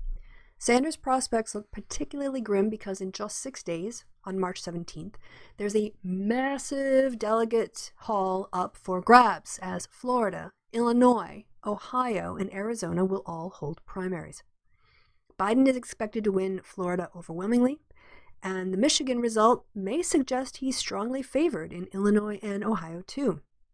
Sanders hopes that Hispanic voters in Arizona can power him to victory there, but there are also many older white voters in Arizona who will likely back Biden. Overall, through March 17th, though March 17th is a day where the delegate math for Sanders' comeback can change from implausible to near impossible. If Biden wins, here's a number to look at for Tuesday. If Biden wins 60% of the delegates on that day, and, important to note, that's about the same percentage he won last Tuesday, then Bernie Sanders would have to win 66% of all of the remaining delegates just to catch up. And given the voting results and the demographic patterns of support so far, that's just incredibly unlikely to happen, unless there's some sort of seismic transformation in the race that decimates Biden's support. I think Biden would have to drop dead at this point. And even then, people might vote for him over Bernie. So that's why Bernie is going to concede the Democratic primary. The numbers just aren't there. And I guess I feel like in a lot of ways, because of June, because I've been out here talking about the practicalities of it, the pragmatism of it, because I have been out here defending Black voters' perspectives and their the fact that they are savvy voters and that they are consistent voters and that they are the heart and soul of our Democratic Party. I am a face for I am a face of a way to personify the frustrations that Bernie people feel when they're failing. And so I become a person that they can kind of demonize as the problem. When the fact is, like, I'm not even that supportive of Biden. I only came out to support Biden when everybody else dropped out and the choices were Biden and Sanders.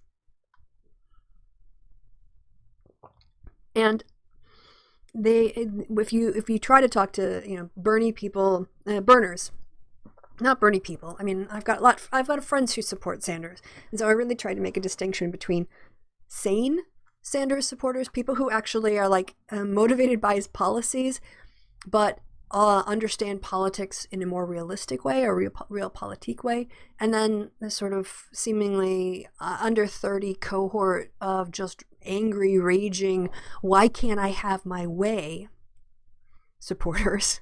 And if you don't vote the way I want, you're a terrible person supporters. And then also, why don't you support my candidate? You horrible person, you neoliberal shill, why won't you vote for my candidate?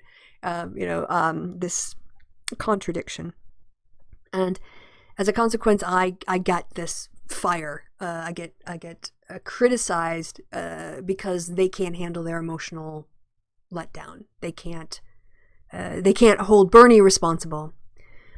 And it's impolitic to hold Black voters and rural whites and suburban women responsible for Bernie's loss, because that's who's picking Biden over Bernie.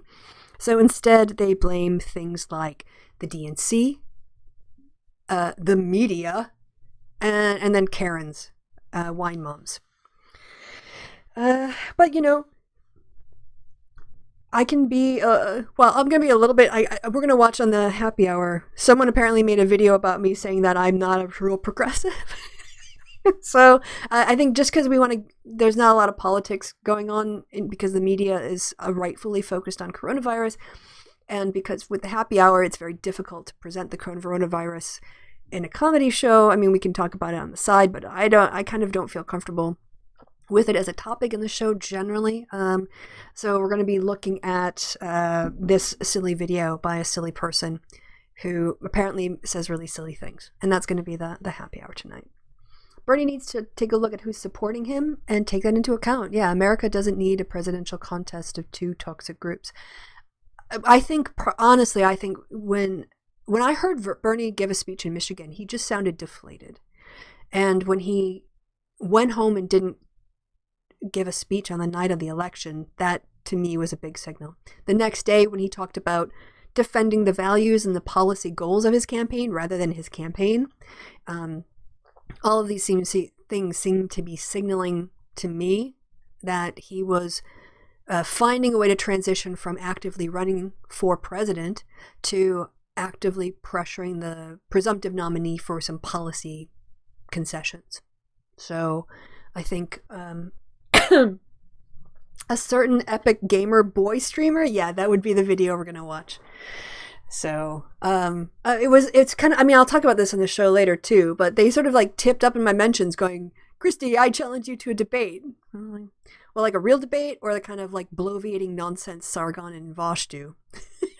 and it turned out to be the latter, not the former.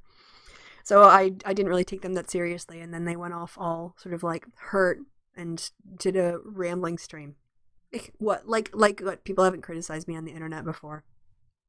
People who don't know very much have criticized me on the internet before, I should say. It's one of the things they all have in common is not knowing very much about what they're talking about. From Bering to Sargon to June to this guy. I mean, they're all in a cluster. They're all just left-hating advocates of white people's interests. I think he's also trying to get in a debate with EOT. Oh yeah, essence of thought. Like sometimes it is. You just want to you need to chase clout, and it's kind of funny that on the one hand he's chasing clout by criticizing me, and then I did see he did a tweet saying, "Oh my gosh, Christy only has 8,000 subs." Like so then you're not clout chasing. Wait, are you clout chasing? Are you trying to get my attention, or am I not worth bothering with? Oh, you made a whole video about me. So you're going to chase some kind of clout. You're going to need me for something. But anyway, so I find that, I mean, it's a way to just lighten up things and talk about stuff that doesn't matter. So, we're going to also talk about Pig Puncher's transphobic comments as well in the video. I mean, I haven't watched it, but people who watch it comment on it and I'm tagged into it. And so I see things that are said in the video or things that are said about me. In the video, for instance, I know I was accused of being a Warren supporter. I never came out for Warren. Ever. I was never a Warren supporter. I said I flirted with Elizabeth Warren early on. I thought she, like, after Kamala dropped out, I thought about it, but I also said months ago that I was not going to publicly endorse anybody in the primary. And I only ended up, as I said, repeatedly now, coming out behind Biden because the other choice was Sanders, and I'm not going to vote for him. So yeah, we're going to make fun of the clout chaser, which in some ways is what they're looking for. They're looking for relevance, but apparently it's quite entertaining. So I'm happy enough to do that. Change the subject a little bit and also make corrections on lots of wrong things. All right, let's get back to this thing, which I wanted to look at early on. And I want to get to this article and yes. This is a great data visualization article, or whoever did this work, hats off.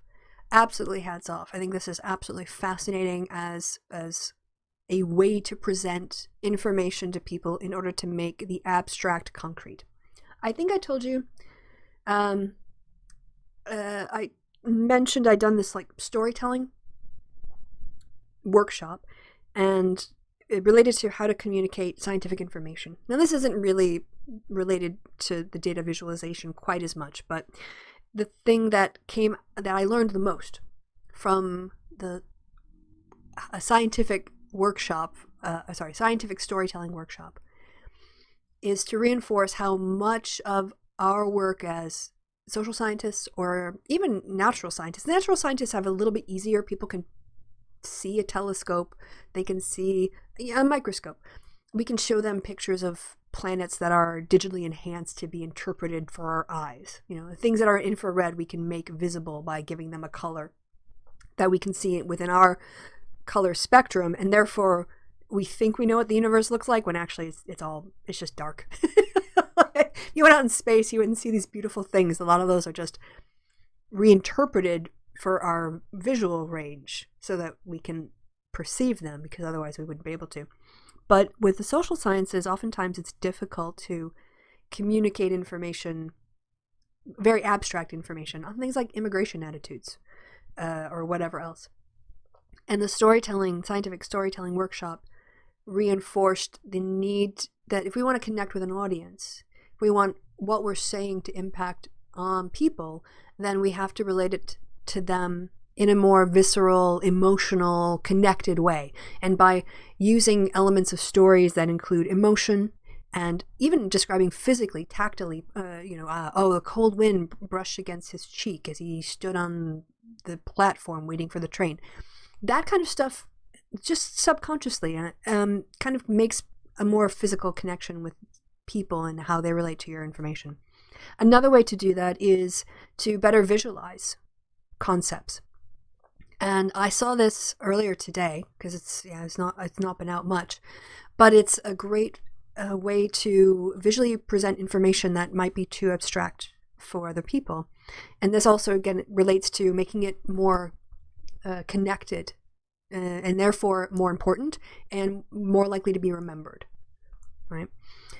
And they talk about the cases, about the spike that, well, if you actually go back and look at the spike that they predicted in terms of a 3%, or 30%, was it? They gave a chart on a 10% like spread rate, a 20% spread rate, and a 30% one that I saw. And that chart looked like this.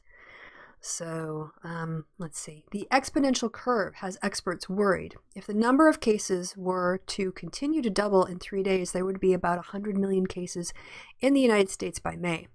That is math, not prophecy. The spread can be slowed, public health professionals say, if people practice social distancing by avoiding public spaces and generally limiting their movement. Still, without any measures to slow it down, COVID-19 will continue to spread exponentially for months. To understand why it's instructive to simulate the spread of the fake disease through a population, we're going to call our fake disease stimulitis. Right, stimulitis. It spreads even more easily than COVID-19, and whenever a healthy person comes in contact with a sick person, the healthy person becomes sick too. So, in a population of just 5 people, it did not take long for everyone to catch stimulitis.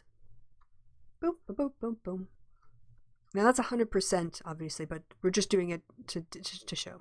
In real life, of course, people eventually recover, and a recovered person can neither transmit stimulitis to a healthy person nor become sick again after coming in contact with a sick person. However, I don't want to freak you guys out, but I'm maybe going to freak you out a little bit.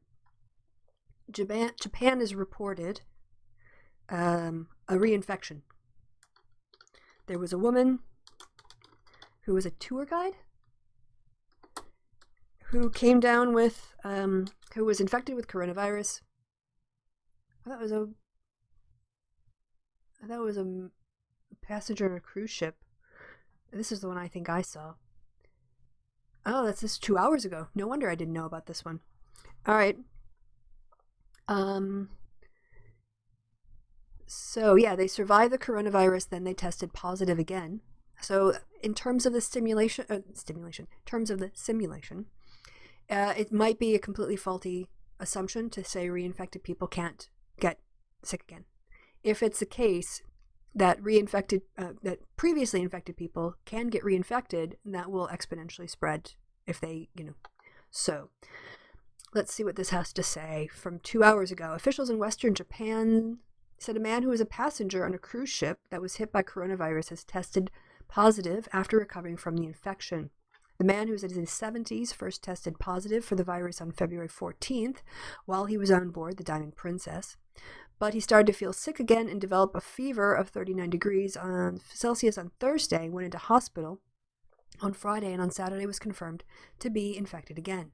He is now receiving treatment at hospital in the prefecture. I don't know what that is. And the one I saw was actually in Japan. It was a woman who was a tour guide who had wait, this has the story on it. After weeks of confinement to their apartment because one person in the building had tested positive for coronavirus, they were throwing a party to celebrate his recovery and their release. 3 days later, he tested positive for coronavirus again. He was rehospitalized and his neighbors were in lockdown once more. Anyway, so where's the tour guide lady? Is there another one? Anyway, it is not a good modeling assumption here to say a recovered person can never transmit it again. So I'm going to just point out that the simulation has a faulty assumption. And because of that, this is why, okay, let me just actually do a social science moment here.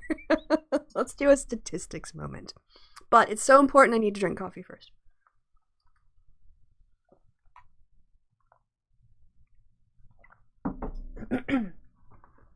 When scientists are trying to predict the future, whether it's a social scientist trying to predict an election or how attitudes are going to change based on an economic shift or medical people like this, we have to make assumptions because we don't know the future. And generally, the best thing we can do is observe what we already have observed. So there's the phrase ceteris paribus, or ceteris paribus, I guess, depends on how you pronounce it. All things being the same, all things being held constant or equal. You're assuming that what you know about it won't change. And then, of course, if it changes, your predictions are wrong. So that's one way error can enter into your predictions, is that things can happen that you didn't predict or account for, and therefore your predictions are inaccurate. Another problem when you model things out in the future is you might make bad assumptions. You might assume something about the way a disease is going to spread and build that into your model, and then it ends up not being the case. So just to say, if when they do this sort of recovered person calculations, put a little Post-it note on there, because we don't know enough about this virus yet. It hasn't been out long enough to know what the reinfection rates might be and their impact. All right, so let's see what happens when stimulitis spreads to a town of 200 people. We will start everyone in the town at a random position. So you're going to see a map now, and the dots are going to be randomly assigned. And then they're going to put one sick dot in there. And then every time that dot comes into contact with a healthy dot, they're going to switch it. And it's going to show you how quickly it can spread. So notice the slope of the red curve, which you're going to see, which represents the number of sick people. It rises rapidly as the disease spreads and then tapers off as people recover. Of course, if they get reinfected, that's going to change the shape of the spike. This is what I mean about assumptions in your model. All right, but okay, so let's take a look. Oh, we're going now. So I mean, this is so good. This is how long it took to get to 200 people completely sick. Now again, this assumes no transition from recovered people. So just think to yourself, what if a quarter of these people got sick again? What impact would that have? So our simulation town is small, about the size of Whittier, Alaska. So the stimulus was able to spread quickly across the entire population. In a country like the United States with 330 million, the curve could steepen for a long time before it starts to slow. Should we run the simulation again? Just because, I think this is so cool. Yeah, I would love to see them run a simulation in where 10% of the recovered people got reinfected, and then how that would change it. But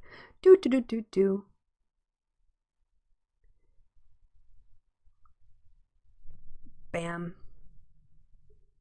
Already at 2. Oh, yeah, we passed it in terms of that. So that, again, interesting, but I would say this model, you should try other models. You could run different models with different assumptions in order to see what it's like. Okay. All right. So now when it comes to the real COVID-19, we would prefer to slow the spread of the virus before it infects a large portion of the U.S. population. So to slow it, let's create a stimulitis. Let's create a forced quarantine, such as the one the Chinese government imposed in COVID-19's ground zero.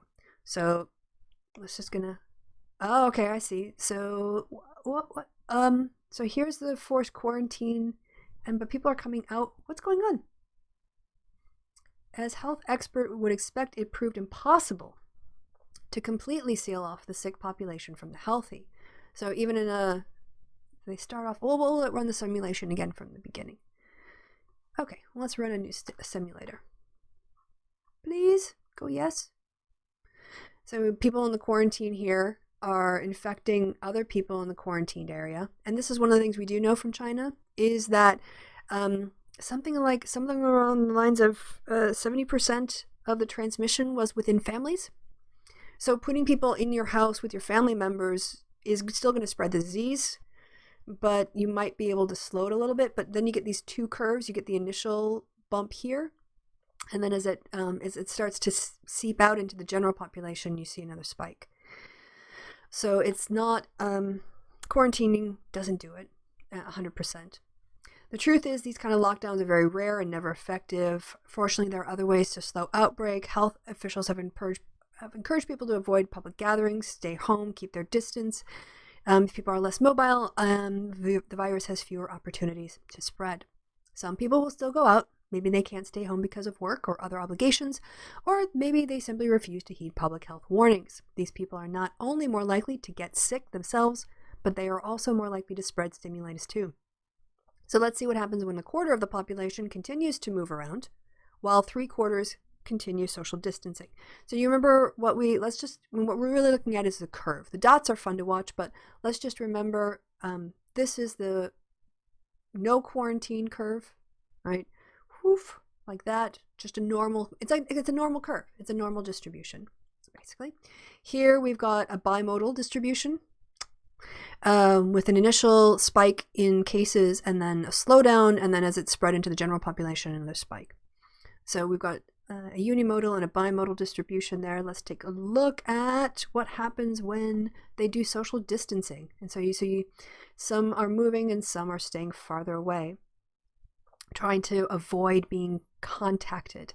And even though like some of these are these blue dots moving around or interacting with other blue dots even with purple dots, they aren't getting infected. So you can see a much lower slope, a much flatter slope because of social distancing. And the slope on the social distancing, and again, a flaw, I would say, in the simulation, or maybe you should run it again, is reinfection rate of maybe 10, 15, 20% with people who have recovered. That will change it a lot. But you can see that that's much flatter even than the quarantine one. So voluntary social distancing seems to be a really, really good idea for a public health point of view, even if it is disastrous potentially from an economic point of view. All right. So to simulate more social distancing, instead of allowing a quarter of the population to move, we will see what happens when we let just 1 of every 8 people move. Okay, let's go. Boom. So there was a little bit of a cluster here. But yeah, people are just sitting at home on the internet watching Pornhub or whatever they're going to do, playing video games. Then yeah, I mean, it's again, we can critique this model. You could say we should really see a running of reinfection just to be more accurate. But in terms of what the statistical modeling is telling us, just having people hunker down, not just quarantining the sick people and letting other people move around freely, but social distancing. Social distancing really, really, really makes a difference, which you can see. The 4 simulations you just watched, a free-for-all, an attempted quarantine, moderate social distancing, and extensive, I like that, not extreme, extensive social distancing, were random. I mean, the results of each one were unique every time you do it. But even with the different results, moderate social distancing will usually outperform the attempted quarantine, and extensive social distancing works best of all. So on average, if you keep running these models, you can run them 1,000 times each, 10,000 times each. You're going to get an average distribution. And then you can compare the average distributions, from the individual simulations. These are obviously oversimplistic. They don't take into account, these are like populations of 200. But the general logic, we assume, is generalizable. That if it works in a simulation of 200, it should work in a population of 330 million. So, yeah. One crucial aspect, though these simulations are nothing like reality, unlike stimulitis, COVID-19 can kill. Though the fatality rate is not precisely known, it's clear that elderly members of our community are at most risk from dying from COVID-19. So if you want this to be more realistic, Harris said after seeing a preview of the story, some of the dots should disappear. And as I said, we've already looked at the new information on reinfection rates. So, yeah, I saw Pornhub is giving away free premium access in Italy. Pornhub is one of those very smart marketing companies. They often consider their product. I think it's interesting that they sort of boldly go out and act like they're Coke or Pepsi. They really sort of want to destigmatize sex work, and I've heard criticisms of Pornhub. I don't really, but it's a thing that exists. So, what about social distancing with quarantine? Yeah, I mean, you can also add that they could have done a model with that as well, but they haven't here. They just sort of did for experimental distributions. So you'd actually have to put in the calculations for both the quarantine effect and the social not extreme, but the extensive, I think they called it, social distancing. But I can't do that. So, but it's still super, super cool. I think it's very helpful to go through that and see. And then you can understand, like, just the process of that.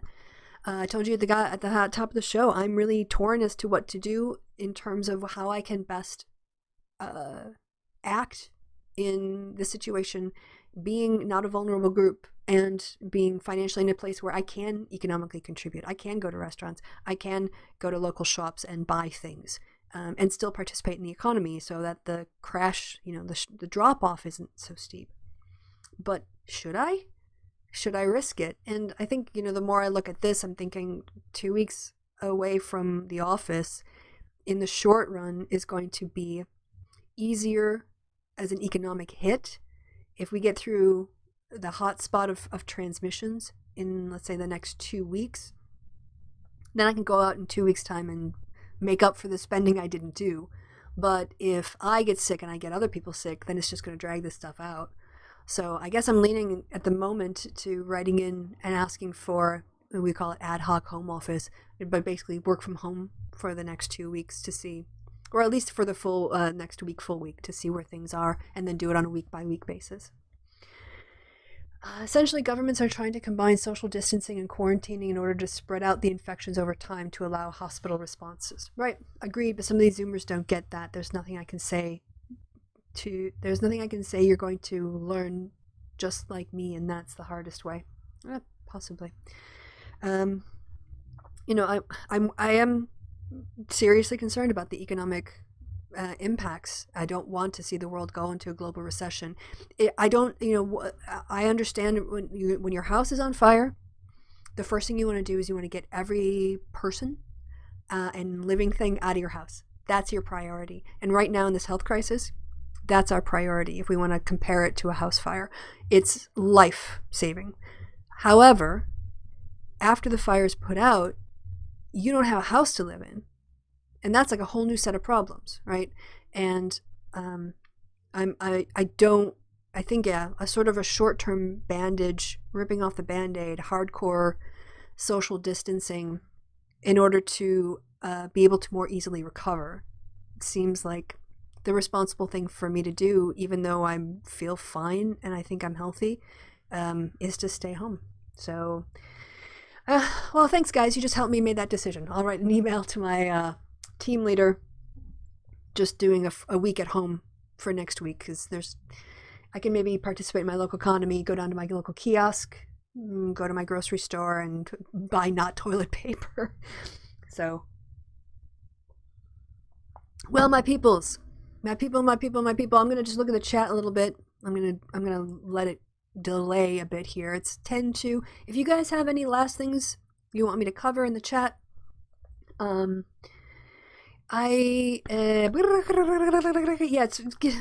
I'm going to be stuck at home, I might be doing more videos, to be honest, because I would normally go out and be social and talk to people in my office and see people in the world. So there's every possibility that, Kevin and I could be doing a few more live streams, Or maybe I'll just do some evening stuff as well. I also might just be lazy and decide I don't want to do that. So, but at least today you've got another patron hangout if you want to watch us have a random conversation. And also, the show tonight where we're going to look at somebody silly and talk about their silliness. Thankfully, our cats are indoor cats. Good. So not too much to worry. Otherwise, the biggest risk factor for our household is one of us works in a vegan cafe. Oh, right. Well, so you get contact with the public. Grow all your toilet paper. Yeah, the whole toilet paper scare of 2020. Not really getting that, if I'm honest. But as I said, I live in Europe and I've seen bidets before and I know how they work. So I'm not quite as attached to toilet paper as a thing you need in life. Happy to play Tabletop Simulator with you, Christy. Somehow I don't think there's going to be a flood of job interviews in the next few weeks. Yeah, this is and dealing with this economic, like I said, first you get people out, but then I think we need to, really have a hard think about the economy and coming back from it. And I would love to afterwards go do some traveling, go away for a weekend, but how the uptake is going to be. If people are going to get in the habit of just sitting at home watching. So here's like an inadvertent thing that happened yesterday. I went and got a Fire Stick, an Amazon Prime Fire Stick for the first time, because I've had Chromecast for ages. And I went and got a new camera. And I also thought I would get a Fire Stick. I don't know why. I kind of just I guess maybe it was impulse buying, maybe some retail therapy. And they were on sale for like 35 euros. And I went and I set it up in my house. And I thought that I'd canceled Amazon Prime like 3 months ago. And I found out it didn't go through. So I found out I have a whole bunch of content to watch. So inadvertently, in preparing to hunker down, I guess, I discovered I've got a whole bunch of Amazon Prime movies and TV shows that I can now watch. So, and then maybe after the coronavirus passes, I'll properly cancel Prime. Because I paid 21 extra euros. I didn't mean to.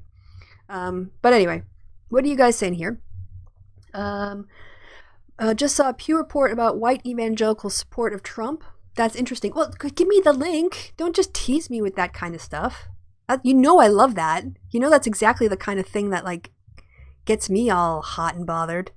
Because I'm a nerd. So let me pop up. I got to see that now. I would actually, here's my prediction in terms of political approval of the president's handling of the economy or of the situation. It will fall, but it's not going to fall for, I'd say, another 1 to 2 weeks. And this is why. There is a huge segment of the Trump voting base that consumes only Fox News, Rush Limbaugh, Sean Hannity. They live in a media bubble that is shaped to protect Donald Trump from any accountability, responsibility, or criminality. Period. That's why Fox exists. That's why Rush Limbaugh exists. That's why, that is their main goal, is simply to protect the president from accountability. I don't really like saying that word, Trump. I don't like calling him that because he's not a president, he's a tyrant.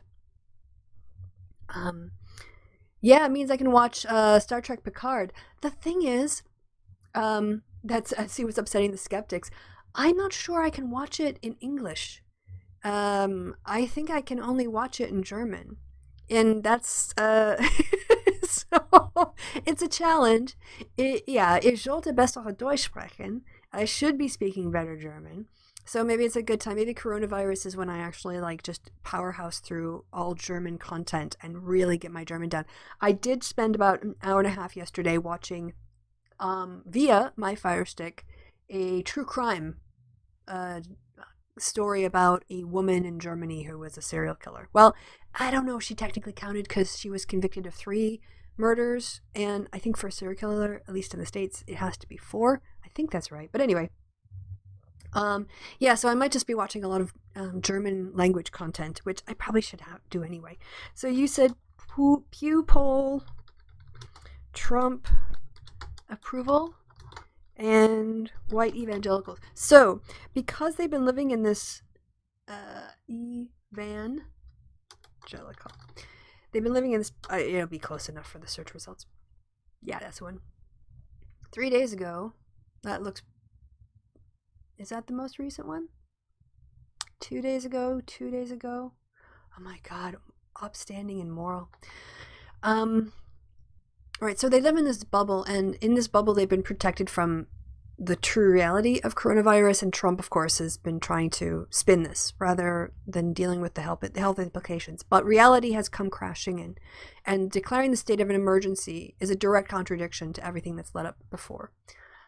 So let's see. Heading into 2020, more than 6 in 10 said it's important to them to have a president who's moral and ethical. I don't actually think this is going to matter in 6 months. I mean, I understand these are traditional questions, so it's good to have the same questions asked at similar points in time every single election, because that helps. That's great for me. As a political scientist, I want to see the exact same wording administered to a very consistent sampling, a good representative sample of the population at similar points in multiple elections. That is data I like. Ooh, it just gives me shivers to think about it. I don't think that living moral and ethical life, however, is going to be what people vote on in 6 months' time. So that was March 12th. Forget the chat won't let me share links. Oh, okay. Well, I'll sort that out. How about that? Does that fix it for you, By Pagan Man? You've been around long enough that I trust you. And of course, if anyone has any problems with any of the mods, I know 250 doesn't seem to be here today, but 250 sometimes gets a little bit assy in the chat. But I haven't withdrawn mod things yet. But anyway, so that should help. And I've been watching Picard illegally. Shh. Incumbents always poll low in October. Their numbers skyrocket as people get fearful of the wrong guy winning. I don't know that that's always the case. I think with incumbents, what I would say is that incumbents start higher and end up lower. That barring a huge event, like a rally around the flag event like Trump had with 9/11, that when you get into office, you always have a higher approval rating than when you leave office. In political science, we call that the cost of ruling. That the longer you're in office, the more you make decisions, the more you have an opportunity to tick people off. Whereas when you're starting out, people are kind of hopeful and they give you the benefit of the doubt. But I actually think Christie should debate Xander Hall. The thing is, they don't know how to. Xander Hall doesn't know how to do debate.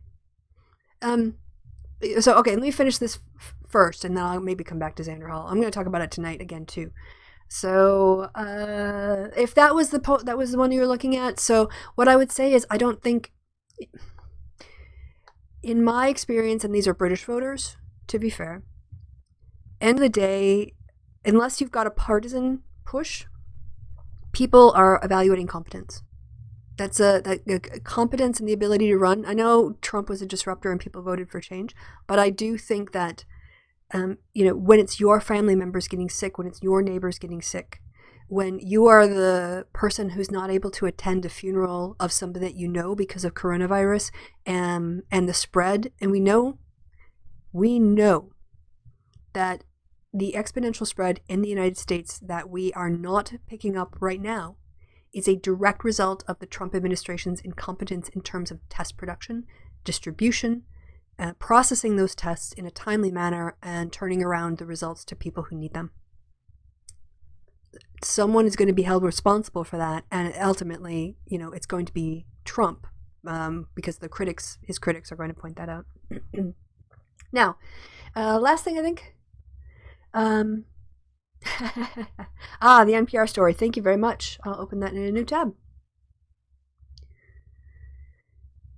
Yeah, it's the same data, but yeah, morally upstanding. I mean, you can think someone's morally upstanding, but also completely incompetent. And I think 6 months of the fallout of the incompetent management of this race will have an impact. I really do. And there are going to be people who are going to vote Trump no matter what. Just like I would vote for a yellow dog Democrat, then I would vote for Trump. I mean, I would still happily vote. I mean, he's not going to win because it's mathematically not possible. He's not getting more than 39% of total delegates and voter support in the Democratic primary. If Sanders was the nominee, I'd still vote for him. It's not about, that I prefer Biden. It's that I prefer a winner. I prefer people who can win, because I'd rather have power with a Dem or even a moderate Dem who can be pushed to the left than to give up power and keep ideological purity and watch people suffer because of the policies of the people that I allowed in. So, yeah, there's a lot of hold your nose voting in two-party systems, of course. I feel like, is it the Peter Falk in Princess Bride? It's like, who said life is fair? Where is that written? Politics is about compromise. If you don't think that politics is about compromise, you're not going to get very far in politics. You either have to compromise with people within your party, or you have to make compromises to get people from across the aisle to join and get something done. Nobody gets what they want in politics. Nobody gets 100% of what they want. And if that's your standard, like I have to get what I want or I'm walking away, well, you don't get politics. You need to grow up.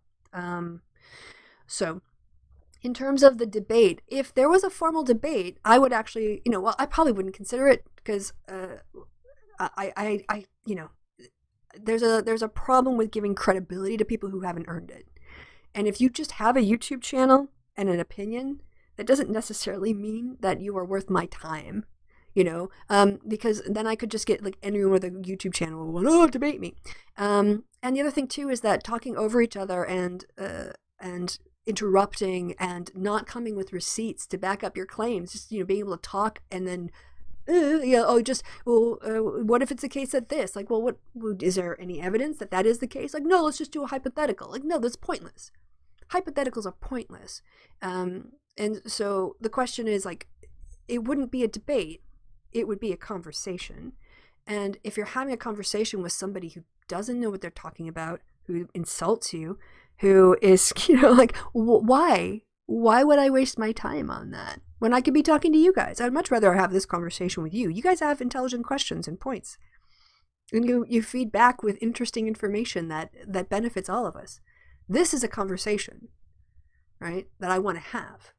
And the fact is, if we did do a formal debate, they can't handle this.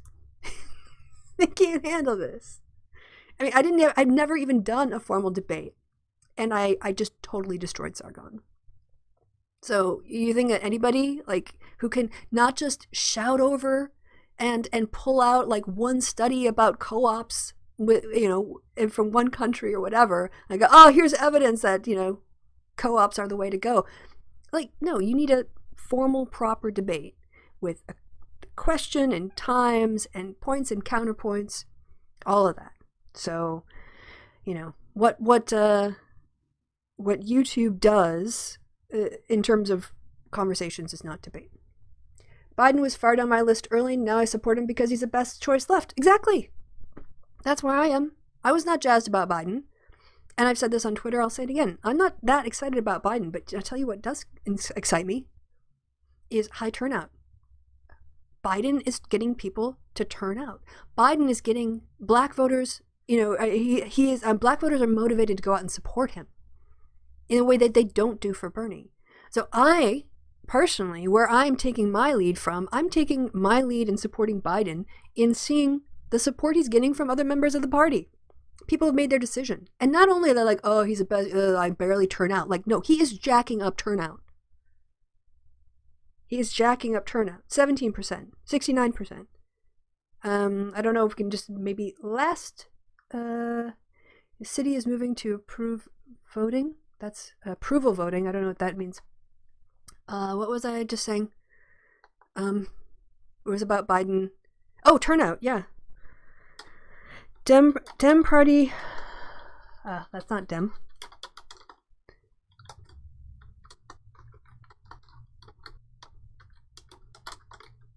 All right, let's see. That's very spelled wrong. Very wrong. Super Tuesday results. No, we already saw those. We know that voter.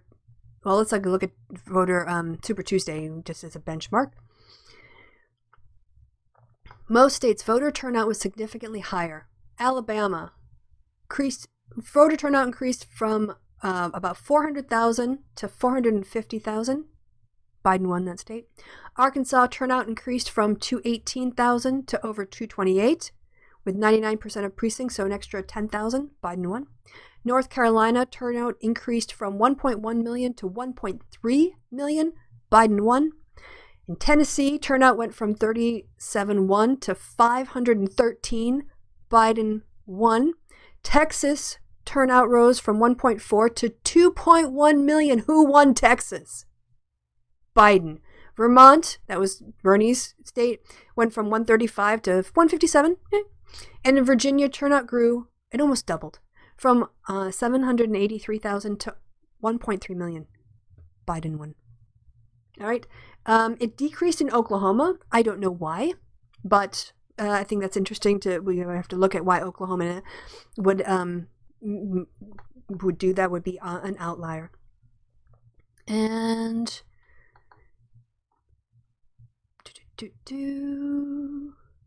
that I didn't see anything about. Let me spell it turnout right. And let's do. Was it March? What day? Yeah, March 20. I'm trying to figure out the day of the election. The 10th? Yes, March 10th. And then I really, really want to go because I'm getting tired. So, I'm not seeing coverage of. Take out the word up here, and maybe that'll be a better fit. No, doesn't look like people did stories on it, but I do know that, let's see. Well, the other thing that's harder to compare, actually, in the last couple states, was that Washington went from a caucus to a primary, and someone else did too. So it might be difficult to do apples for apples comparisons there. But Michigan Democratic primary expected to exceed 2016 turnout. Washington primary election could see record voter turnout. Biden won both of those places. So yeah, you don't have to like your candidate to vote for them. You know, and here's the other thing. Just because you think your candidate has the best policies, that doesn't mean other people are going to be convinced. They also don't seem like, but what? Name one policy Biden has that Bernie doesn't. How about winning states? like we have to get Trump out. We have to get Trump out to protect the Constitution.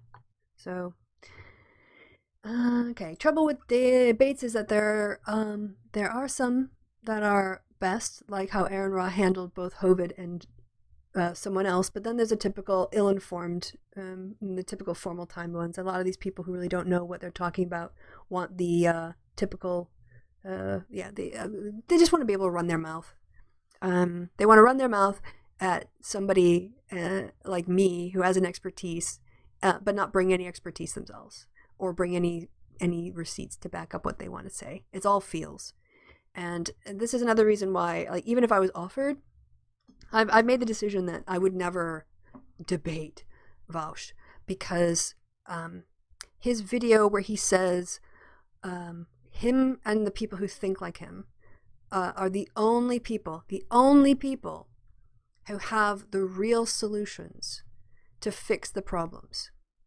And, you know, if that is like a religious belief, that is like, that is on par with thinking that the end times are coming and only you have the message or the beliefs that are going to get you through the end times. I would never have so much arrogance and hubris to say that I alone and the people who agree with me have all of the answers or are the only people with answers. And so what is the point in debating a fanatic? That's kind of the question I've started to pose myself, is what would be the point of debating a fanatic who arrogantly believes from the start, everything you're going to say is wrong, and wherever you disagree with him or them. So that's not a conversation I see as productive. So anyway, yeah, I think that's about it. We've gone over 2 hours. I did not think, I don't know how I managed to fill all this time. he isn't Vosh or Sargon, and you did debate Sargon, but Vosh isn't that different from Sargon in his debate style. Sargon can cherry pick a few articles as well, but Vosh is terribly insulting and dismissive and contemptuous. And you don't make better arguments by insulting people. So why would I subject myself to a fanatic ideological believer who thinks he and he alone possesses the answers to solve humanity's problems? Who doesn't that's, I don't want, there's no point in having that conversation. Maybe in a more formalized debate setting with an opening statement and a rebuttal and, rounds, possibly it could be interesting. But, who would want to subject themselves to that kind of, crap except for Sargon because he does the same?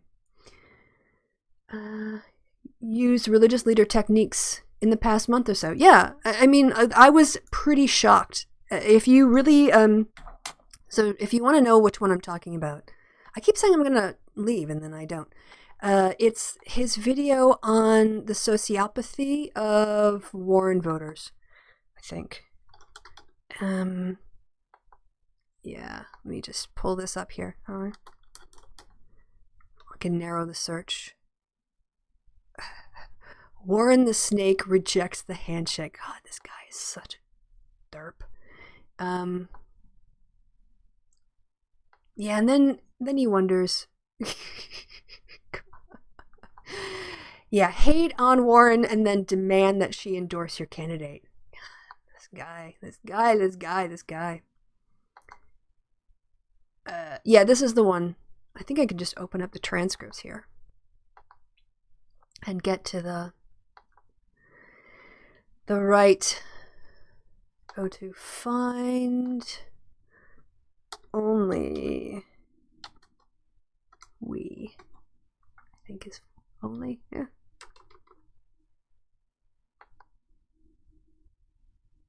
Only like 4 real candidates. Only difference is it's only black. Maybe it was a different one. I don't know. There's a bunch of really nonsense sayings, but I do have it in a Twitter video where he's just going on about how I'll go check my tweet, my media feed. It's in there. But yeah, he basically says they are the only people who have the solutions. What? Ridiculous. The leader is great. The leader is right. We are the special. We are the chosen. And this is the thing that's disturbing about, maybe I can do a search here. Twitter, KWND, only we and Fausch. That should get us there.